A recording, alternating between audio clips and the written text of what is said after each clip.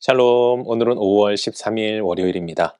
오늘도 하나님께서 우리 가운데 허락하신 은혜와 사랑을 통하여 힘차게 달려나아가 승리하는 한 주의 시작 되시길 바랍니다. 오늘 우리가 함께 읽을 말씀은 역대하 10장에서 12장까지입니다. 오늘 말씀은 솔로몬의 죽음 이후 이스라엘이 분열되는 이야기로 시작됩니다. 분열의 가장 큰 원인은 솔로몬의 타락이지만 역대하에서는 르호보암의 어리석음과 욕심을 강조하고 있습니다. 그래도 르호보암 집권 초기 약 3년간은 하나님의 말씀에 따라 남유다가 견고하여지고 강력한 나라가 됩니다. 하지만 이후 르호보암은 교만하여져 하나님의 말씀을 떠나게 되고 애굽의 유다 침공이 시작되죠. 다행인 것은 하나님께서는 그들이 스스로 겸비하였기에 노를 돌이키사 멸망은 피하게 되고 이후 르호보암의 죽음을 기록하고 있습니다. 오늘은 이러한 말씀 가운데 역대하 12장 1절 말씀을 묵상해 보도록 하겠습니다. 역대하 12장 1절 함께 읽겠습니다. 르호보암의 나라가 견고하고 세력이 강해지매 그가 여호와의 율법을 버리니 온 이스라엘이 본받은지라. 아멘. 솔로몬이 죽고 그의 아들 르호보암이 왕이 되었습니다.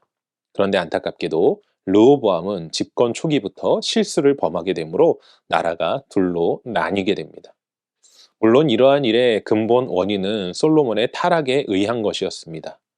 문제는 나라가 분열됨으로 인하여 이스라엘 백성들과 르호보암에게 큰 충격이 되었을 것입니다.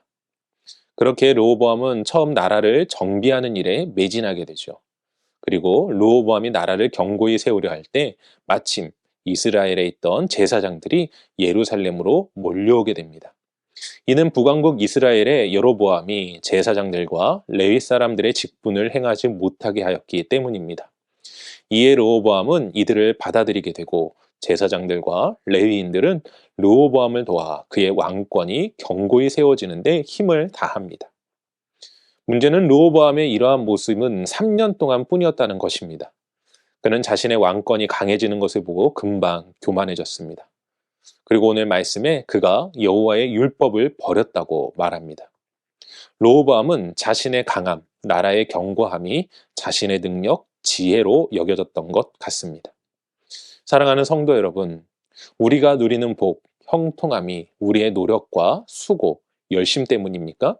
그렇지 않습니다. 물론 우리의 수고와 노력을 부정하는 것은 아닙니다. 하지만 우리의 노력보다 더 큰 하나님의 인도하심과 도우심이 있었다는 것을 우리는 깨달아야 합니다. 르호보암의 기록들을 잘 읽어보시면 그의 형통함 그리고 위기 속에 건짐받는 순간에는 그의 수고나 노력, 열심이 아닌 전적인 하나님의 말씀과 도우심과 은혜가 있었습니다.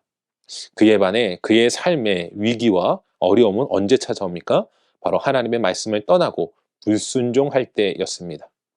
우리 모두 오늘 하루를 살아갈 때 나의 수고와 열심보다 더 크게 나를 도우시고 인도하시는 하나님의 은혜를 깨닫고 그분과 함께 동행함으로 하나님께 감사하는 하루 되시길 바랍니다. 신약 성경에 나오는 사도 바울의 고백처럼 나의 나된 것은 다 하나님의 은혜임을 고백함으로 하나님의 인도하심 속에서 승리하는 한 주의 시작 되시길 주님의 이름으로 간절히 축원합니다. 기도하겠습니다. 사랑과 은혜가 충만하신 아버지 하나님 감사합니다. 오늘도 우리를 도우시고 역사하시고 인도하시는 하나님. 나의 나된 것은 하나님의 은혜임을 고백합니다. 우리 가운데 주어진 삶 속에서 최선을 다하는 삶을 살아가야 하지만 나의 삶의 모든 것들은 하나님의 도우심이 더 크다라는 것을 깨닫게 하시고 오늘 하루도 나의 수고와 노력 이전에 나를 도우시는 하나님의 은혜에 먼저 감사할 수 있는 삶, 하나님의 인도하심을 구하는 삶 되어서 이번 한 주간도 승리하는 삶을 살아갈 수 있도록 역사하여 주시옵소서. 오늘도 함께 하시고 우리를 도우시며 인도하시는 하나님을 찬양하오며 이 모든 말씀 우리 주 예수 그리스도의 이름으로 기도합니다. 아멘.